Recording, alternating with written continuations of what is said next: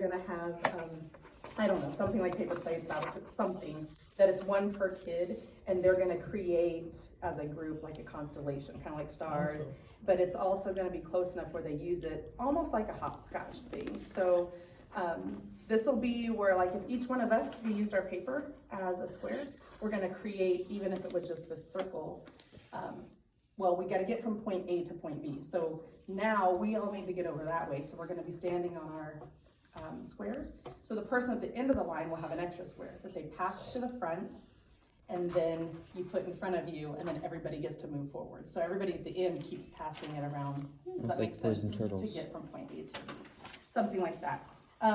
Games like that, it could change where all of a sudden crafts is in between, because you know, something might happen, whatever. So just be prepared for that.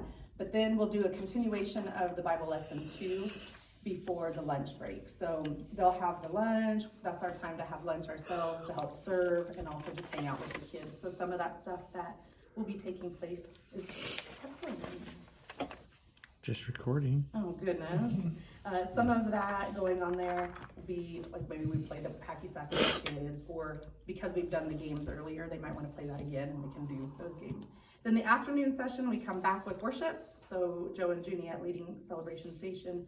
And then tribe time is basically my little sermon with the kids. And so it's gonna be a message about sin in our lives. So I'm gonna have some slime like this, and also some crosses. So kind of how we broke up in groups that I was describing with games, it could be like that. I'm gonna be teaching the whole group, but then you'll be leaders with the pods of kids to help facilitate the object lesson with this. So they will be holding and touching this sticky slime, and we'll be talking about how that's pretty goopy in their lives and it's gross.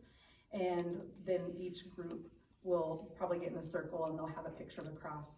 So they each get to think about some of the bad things that they've done and the things that have separated from God. And then as they pray and ask for forgiveness and have the opportunity to do that, they're gonna put it on the cross, and we see how that sticks and how Jesus he took the sins for us, and we'll spend some time in prayer. So that's why that one's a little bit longer. That's really the message and the gospel message there, an opportunity for them to give their hearts to the Lord, rededicate their hearts, and just draw closer to the Lord. And then we'll go into the craft. The craft is really simple. We're gonna be taking these with us. It's a Dare to Be Daniel craft, and everything is all adhesive in here. So they put together this little lion. I don't know if you can see it. So they get these little lion parts here with the paws and the face and the Dare to Be like Daniel, and then they get the back part here. So they basically unstick that, and then they get to layer it, and then there's one more other little piece, and it has a little yarn thing, so it can become a little more dangler thing for them to remember their lesson. So that'll be one of the crafts. We'll have some coloring sheets. We got to work out and see if we're going to take it with us, or if they'll have it, and that's one of the other ones. And then, depending on how it all goes at that outreach, we'll use this there, or we can save these for when we do maybe kids ministries, when we get to Katlani's and some of the other churches. These are these dazzling boards. They're black pieces of paper, like this, you know, just plain. But when you scratch on them, they have colorful backgrounds. So depending on what we're doing with the kids, they can draw pictures, or if we're doing a message about Jesus and the cross, we can encourage them to make crosses or stuff like that, or it can just be something fun for them to do. And then we end with the finale, rally, worship, and wrap up. So that will be some more songs of worship and any parting thoughts and wrapping it up. It might be a very varied modification of my other tribe time, where we talk about, now we've talked about all that Jesus has done, and we want to celebrate what he did today. And then I have a badge of these little praise poppers. So these are one of those things, you know, you put like this, and then, well, I can't do it. It's like something like this. It's not gonna work. Anyway, you can try that. And how, because we have Christ in our lives, you know, we can explode with joy.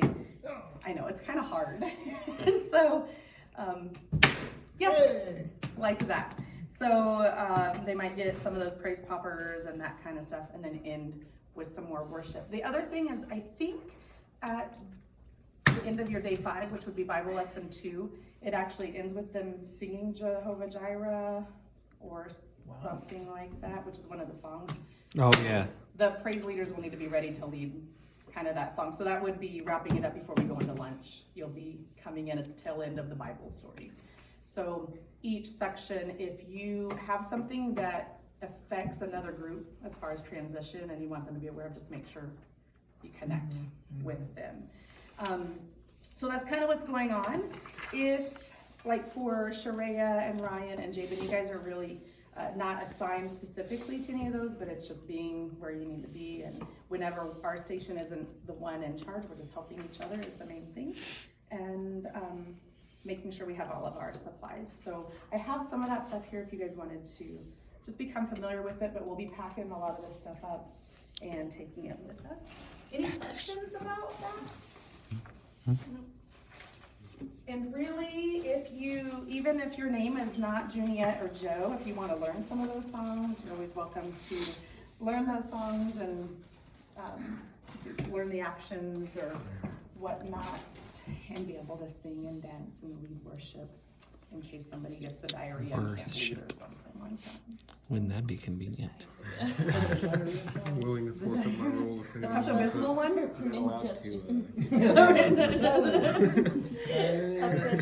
Diarrhea. Okay, that's it.